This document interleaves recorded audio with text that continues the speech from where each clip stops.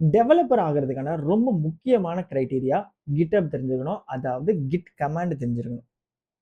இந்த வீடியோட எண்டுல உங்களுக்கு GitHub பத்தின கம்ப்ளீட் ஐடியா, எதுக்காக Git யூஸ் பண்றாங்க, எப்போல்லாம் நம்ம Git யூஸ் பண்ணணும் அப்படின்றது தெரிஞ்சிருக்கும். அது போக இண்டஸ்ட்ரியில யூஸ் பண்ற 4 மோஸ்ட் காமன் Git கமாண்ட்ஸை பத்தி ஐடியா உங்களுக்கு கிடைச்சிருக்கும். சிம்பிளா எப்பப்போ என்னென்ன கமாண்ட்ஸ் யூஸ் பண்ணோம், எதுக்காக அந்த கமாண்ட்ஸ் யூஸ் பண்றோம் அப்படின்றது. Hi, I'm Akshay. ஏக்கு முன்னாடியும் சரி, ஏக்கு அப்புறமும் சரி, நான் மல்டிபிள் ப்ராஜெக்ட்ஸ் ஹேண்டில் பண்ணியிருக்கேன். எல்லா ப்ராஜெக்ட்லையும் டே 1ல ஸ்டார்ட் பண்றது கிட்ட வச்சு தான். அதை பத்தி பார்க்கலாம். பேசிக்காக GitHub அப்படின்னா நம்மளோட கூகுள் டிரைவ் மாதிரி. நம்மளோட கோட் பேஸ் எல்லாத்தையும் நம்ம க்ளவுடில் அப்லோட் பண்ணி வச்சுக்க முடியும். நம்மளோட கூகுள் டிரைவில் நம்ம ஃபைல்ஸ் அப்லோட் பண்ணி வைக்கிற மாதிரி. இன்கேஸ் நம்ம லேப்டாப் இல்லை நம்மளோட ஃப்ரெண்ட் லேப்டாப்பில் நம்ம ப்ராஜெக்ட் கொடுக்கணும் அப்படின்னா இந்த மாதிரி க்ளவுட்லேருந்து நம்ம க்ளோன் பண்ணிக்க முடியும், டவுன்லோட் பண்ணி வச்சுக்க முடியும். ஓகே, சிம்பிளாக எல்லாருக்கும் GitHub அப்படின்னா ஃபர்ஸ்ட் ஆஃப் ஆல் இது ஒரு சாஃப்ட்வேரா, அப்ளிகேஷனா, வெப்சைட்டா என்னன்றது தான் கன்ஃபியூஷன் வரும். சிம்பிளாக GitHub அப்படின்றது ஒரு வெப்சைட். ஸோ அது வந்துட்டு க்ளவுடில் இருக்கும். நம்மளோட கோட் எல்லாத்தையும் நம்ம கமிட் பண்ணி அதை அப்லோட் பண்ணி வச்சுக்க முடியும். எங்கே வேணால் நம்ம ஒரு ப்ரௌசரில் ஓப்பன் பண்ணி நம்மளால அதை யூஸ் பண்ணிக்க முடியும். இதுதான் இதோட பர்பஸ். அப்படின்னா இதை ஏன் இவ்வளோ பேர் யூஸ் பண்ணுறாங்க, நம்மளால வேற எதுவுமே யூஸ் பண்ண முடியாது அப்படின்னா, எஸ் GitHub மட்டும் தான் யூஸ் பண்ணணும் இல்லை, GitLabனு இருக்குது, Bitbucket இருக்குது, நிறைய அதர் வெர்ஷன் கண்ட்ரோல் டூல்ஸ் இருக்குது. நீங்கள் நார்மலாக கூகுளில் சர்ச் பண்ணிங்கன்னா நிறைய கிடைக்கும். ஓகே, ரொம்ப சிம்பிளாக அண்டர்ஸ்டாண்ட் பண்ணிக்கிறதுக்கு நம்ம ஒரு ஹைவேல போகிறோம்னு வச்சுக்கோங்க. ஹைவேல நிறைய கார்ஸ் போகும். ஸோ அதே மாதிரி நம்ம ப்ராஜெக்ட்ஸில் நிறைய பேர் ஒர்க் பண்ணிக்கிட்டே இருப்போம். இப்போது திடீர்னு யாராவது ஒருத்தவங்களுக்கு ஏதாவது ஒரு பக் வருது, அதாவது ஏதாவது காரில் ஏதாவது பிரச்சனை வருது அப்படின்னா என்ன பண்ணுவாங்க, சர்வீஸ் ரோடு எடுத்து தனியாக போய்ட்டு அவங்க சர்வீஸ் பண்ணிட்டு திரும்ப வருவாங்கல்ல. அதே மாதிரி நம்மளால ப்ராஜெக்ட்ஸ்லையும் நிறைய சப் ஃபீச்சர்ஸ் ஒர்க் பண்ணுறதா இருக்கட்டும், இல்லை ஏதாவது பக் வந்தாலுமே அது எல்லாமே ரிசால்வ் பண்ணுறதுக்கு தனித்தனி பிரான்ச்சஸ் எடுக்க முடியும். இந்த எக்ஸாம்பிளில் பார்த்தீங்க அப்படின்னா ப்ளூ கலரில் இருக்க டாட்ஸ் எல்லாமே ஒரு கமிட்ஸ், அதாவது ஒரு ஸ்டேஜ் ஆஃப் நம்மளோட கோட். இந்த ஒரே லைனில் இருக்கிறது தான் மாஸ்டர் மெயின். இந்த மாதிரி சைடில் போகிறது அப்படி தான் ஃபீச்சர் பிரான்ச். ஃபைனலாக இது எல்லாத்தையும் ஒன்றா வந்துட்டு பிஆர் வச்சு மர்ஜ் பண்ண முடியும், நம்மளோட மெயின் பிரான்ச்சுக்கு வந்துட முடியும். இன்கேஸ் ஏதாவது பக் வந்தாலுமே இது எல்லாமே தனியாக ஃபீச்சர் பிரான்ச்சில் இருக்கப்போ ப்ரொடக்ஷனில் இருக்க யூசர்ஸை டிஸ்டர்ப் பண்ணாது. இதுதான் மெயின் கோல். ஓகே, இது இன்னும் பார்க்கறதுக்கு சிம்பிளாக இந்த க்ரீன் கலர் பாக்ஸஸ் எல்லாமே நல்ல கமிட்ஸ், ரெட் கலர் பாக்ஸஸ் எல்லாமே ஏதோ தப்பாக ஒரு பக் வந்தது அப்படின்றத எடுத்துக்கோங்க. நல்லா போயிட்டே இருந்தது, ஏதாவது ஒரு பக் வந்தது அப்படின்னா சிம்பிளாக அந்த பக்கை ஒமிட் பண்ணிட்டு நம்மளால வேற பிரான்ச்சில் வச்சு ஒர்க் பண்ண முடியும். இல்லை அந்த பக் என்ன அப்படின்றத ரிசால்வ் பண்ணி நம்மளால ப்ரீவியஸ் ஸ்டேஜுக்கும் போக முடியும். ஸோ இந்த மாதிரி நிறைய ஃபங்க்ஷனாலிட்டிஸ் இருக்கனால தான் இந்த வெர்ஷன் கண்ட்ரோல்ஸ் ரொம்ப முக்கியமாக இருக்குது. அதுலேயும் GitHub ரொம்ப ரொம்ப ஃபேமஸாக இருக்குது. ஓகே, GitHub யூஸ் பண்ணுறதோ இல்லை GitHub ஃபஸ்ட்டு எப்படி கிரியேட் பண்ணுறது அப்படின்னு கேட்டிங்கன்னா, நார்மலாக github.com அப்படின்றது நெட்டில் சர்ச் பண்ணிங்க அப்படின்னா இந்த பர்டிகுலர் லேண்டிங் பேஜில் வருவீங்க. இங்கே சைன் அப் கொடுங்க. சைன் அப்பில் பேசிக்காக உங்களோட email address, password, user name எல்லாமே கொடுத்துருங்க. யூசர் நேம் ரொம்ப முக்கியமாக கரெக்டான யூசர் நேம் கொடுங்க. ஏன்னா இந்த யூசர் நேம் ஒன்ஸ் நீங்கள் வச்சிங்கன்னா மோஸ்ட்லி சேஞ்ச் பண்ணக்கூடாது. ஏன்னா உங்களோட ஃபோல்டர்ஸ் எல்லாமே இந்த யூசர் நேம் பேஸ் பண்ணி தான் வரும். ஓகே, ஸோ நான் ஆல்ரெடி இந்த மாதிரி அக்கௌண்ட் கிரியேட் பண்ணி வச்சிருக்கேன். ஸோ என்னோட அக்கௌண்ட் இங்கே தான். ஸோ இந்த அக்கௌண்ட் நீங்கள் இன்கேஸ் நீங்கள் ஃபாலோ பண்ணல அப்படின்னா கண்டிப்பாக GitHubல ஃபாலோ பண்ணுங்க. நான் நிறைய ஓப்பன் சோர்ஸ் ப்ராஜெக்ட்ஸை விடுவேன், நீங்கள் உங்களால் யூஸ் பண்ணிக்க முடியும். ஓகே, இந்த இடத்துல போனால் ரெப்போசிட்டரிஸ் போனீங்க அப்படின்னா லிஸ்ட் ஆஃப் ரெப்போசிட்டரிஸ் இருக்கும். சிம்பிளாக ரெப்போசிட்டரிஸ் அப்படின்னா ஒரு ஃபோல்டர். உங்களோட ஒரு கோடுமே உங்களோட ஒரு ஃபைல்ஸுமே வந்துட்டு ஒரு ஃபோல்டரில் போட்டு வச்சுருப்பீங்களா, அந்த மாதிரி உங்களோட ஒரு கோடுமே ஒரு ரெப்போசிட்டரிஸில் கிரியேட் பண்ண முடியும். இது ஒரு ப்ராஜெக்ட் லெவலில் நீங்கள் செக்ரிகேட் பண்ணி வச்சுக்க முடியும்.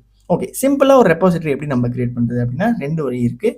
சிம்பிளாக இங்கே நியூ கொடுக்கலாம், இல்லை இங்கே ப்ளஸ் ஐக்கான் கொடுத்தோம் நியூ ரெப்போசிட்டரி அப்படின்றத கொடுக்கலாம். ஸோ சிம்பிளாக இங்கே நியூ ரெப்போசிட்டரி கொடுத்தோன்னே இந்த மாதிரி வரும்.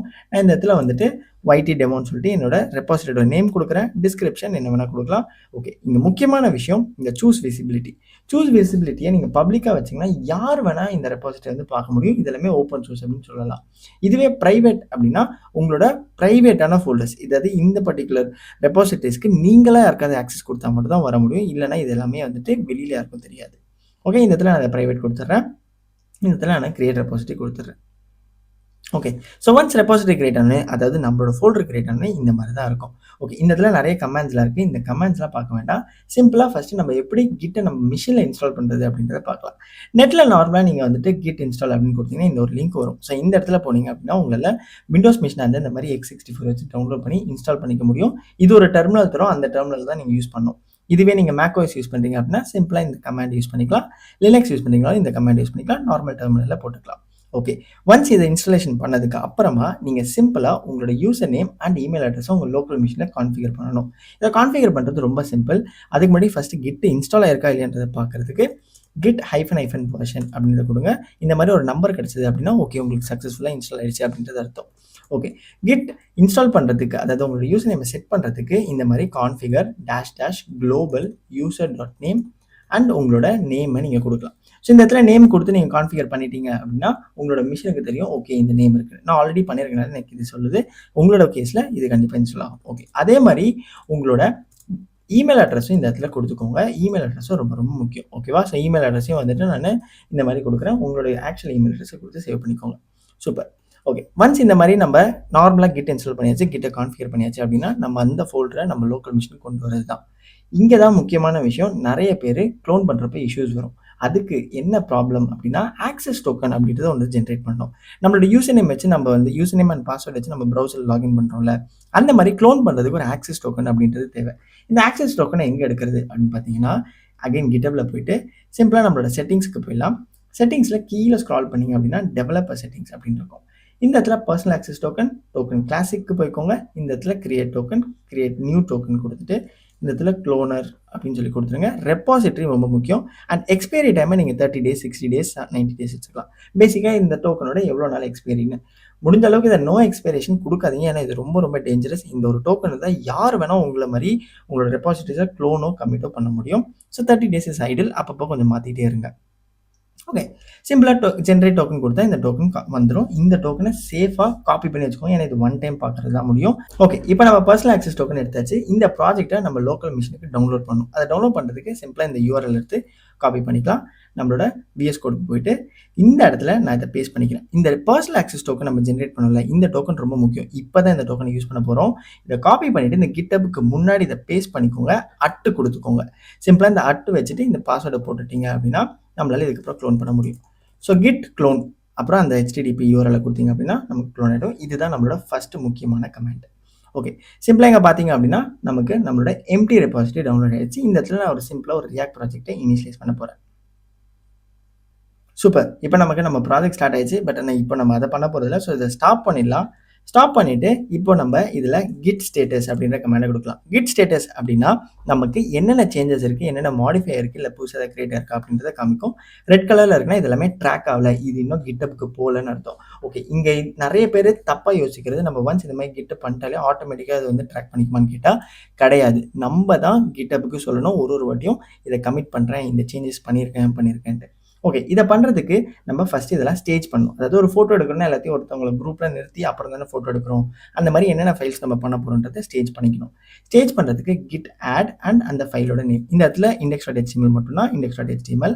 எல்லாமே பண்ண போகிறீங்க அப்படின்னா git add dot அப்படின்னு கொடுக்கலாம். ஸோ என்டர எல்லா ஃபைல்ஸுமே இப்போ ஸ்டேஜ் ஆகிடும். அகெயின் நான் இந்த கிட் ஸ்டேட்டஸ் கமெண்ட்டை கொடுத்தேன் அப்படின்னா எனக்கு க்ரீன் கலரில் இது எல்லாமே ஸ்டேஜ் ஆகிடுச்சு, ரெடியாக இருக்குது அப்படின்றத காமிக்கும். இப்போ கமிட் மெசேஜ். பேசிக்காக ஒரு கமிட்டுக்குமே ஏதாவது ஒரு மெசேஜ் கொடுக்கணும். ஏன்னா நம்ம அப்புறமா ரெஃபர் பண்ணி போகிறதுக்கு யூஸ்ஃபுல்லாக இருக்கும். இந்த இடத்துல இன்னட் ப்ராஜெக்ட் அப்படின்றத கொடுத்து நான் கமிட் பண்ணிடுறேன்.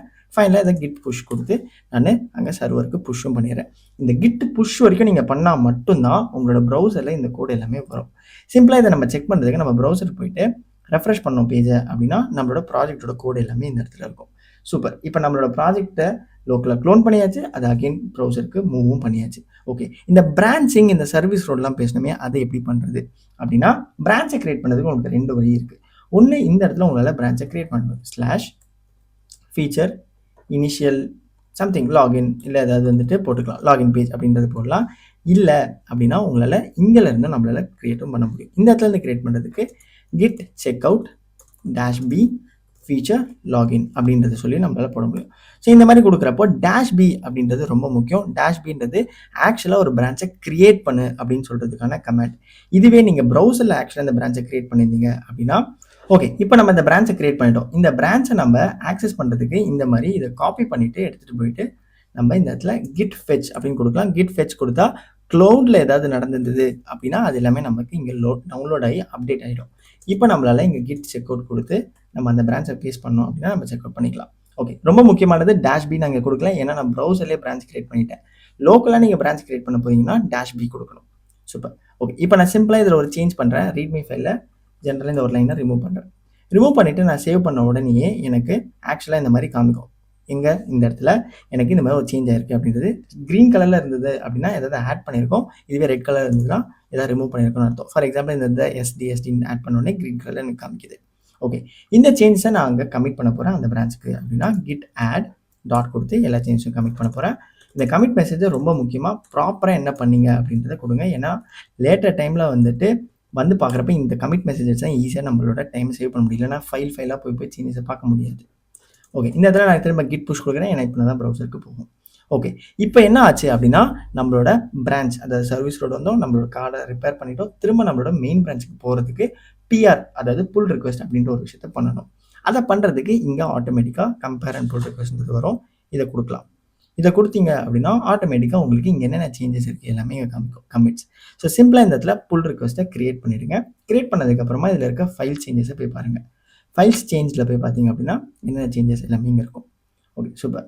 இந்த இடத்துல கீழே ஸ்க்ரால் பண்ணி நம்ம இதெல்லாமே சாட்டிஸ்ஃபைட் ஆனோடனே மர்ஜ் புல் ரிக்வெஸ்ட் கொடுத்தா அகெயின் நம்மளோட மெயின் பிரான்ச் இல்லை டெவலப் பிரான்ச் அந்த பேஸ் பிரான்ச்சுக்கு போயிட முடியும். சிம்பிளாக இந்த இடத்துல பிஆர் சக்ஸஸ்ஃபுல்லாக சப்மிட் ஆகிடுச்சு. சூப்பர். ஸோ இப்படி தான் பேசிக்காக ஒரு புல் ரிக்வெஸ்ட்டை ஜென்ரேட் பண்ணி நம்மளோட மெயின் இல்லை டெவலப் பிரான்ச்சுக்கு கமிட்டாக எடுத்துகிட்டு போகிறது. இது மாதிரி தான் ப்ரொடக்ஷனில் இருக்க எல்லா அப்ளிகேஷனோட ஒர்க் ஃப்ளோஸுமே நடக்கும். ஒரு ஃபீச்சருக்கும் தனித்தனியாக பிரான்ச் கிரியேட் பண்ணுவாங்க, தனித்தனியாக அதில் ஒர்க் பண்ணுவாங்க, ஃபைனலாக புல் ரிக்வெஸ்ட் எடுத்து மர்ஜ் பண்ணிப்பாங்க. இது எல்லாமே ரொம்ப பேசிக்கான கமெண்ட்ஸ். இதை விட நான் அட்வான்ஸ் கமெண்ட்ஸ் நான் அடுத்த வீடியோவில் போட போகிறேன். அந்த வீடியோ கண்டிப்பாக போய் பாருங்கள். ஒரு குட்டி ரீகேப்க்கு பேசிக்காக நம்ம இந்த இடத்துல இந்த கமெண்ட்ஸ்லாம் நம்ம பார்த்துருவோம். Git config, git clone, git add, git status, git checkout, git commit and git push. Okay, இந்த வீடியோலேருந்து நீங்கள் எடுத்துகிட்டு போக வேண்டியது அந்த 4 கமெண்ட்ஸ். இந்த 4 கமெண்ட்டை பர்ஃபெக்டாக ப்ராக்டிஸ் பண்ணுங்கள். பேசிக்காக நிறைய பேர் வந்துட்டு யூஐலேயே பண்ண முடியும், ப்ரௌசர்லேயே ட்ராக் ட்ராப் பண்ண முடியும் அப்படின்னு சொல்லுவாங்க. இருந்தாலுமே இந்த கமெண்ட்ஸ் உங்களுக்கு தெரியும். ஏன்னா ஒரு டெவலப்பராக வரப்போ நிறைய சுச்சுவேஷனில் GUI இருக்காது, அதாவது கிராஃபிக்கல் யூசர் இன்டர்ஃபேஸ் இருக்காது. நீங்கள் டெர்மினலில் தான் பண்ணுற மாதிரி இருக்கும். அந்த இடத்துல இந்த கமெண்ட்ஸ் கண்டிப்பாக தேவைப்படும். இவ்வளோ நேரம் இந்த வீடியோவை பார்த்துட்டு நீங்கள் சப்ஸ்கிரைப் பண்ணாமல் இருந்தீங்கன்னா கண்டிப்பாக சப்ஸ்கிரைப் பண்ணிக்கோங்க. Because I break the reality of this industry in every videos that I upload. Senior developers மட்டும் யூஸ் பண்ணுற 5 GitHub கமெண்ட்ஸ் உங்களுக்கு தெரியணும் அப்படின்னா ஸ்க்ரீனில் தெரியுற லிங்க்ல போய் செக் பண்ணுங்கள். அந்த வீடியோ கண்டிப்பாக உங்களுக்கு யூஸ்ஃபுல்லாக இருக்கும்.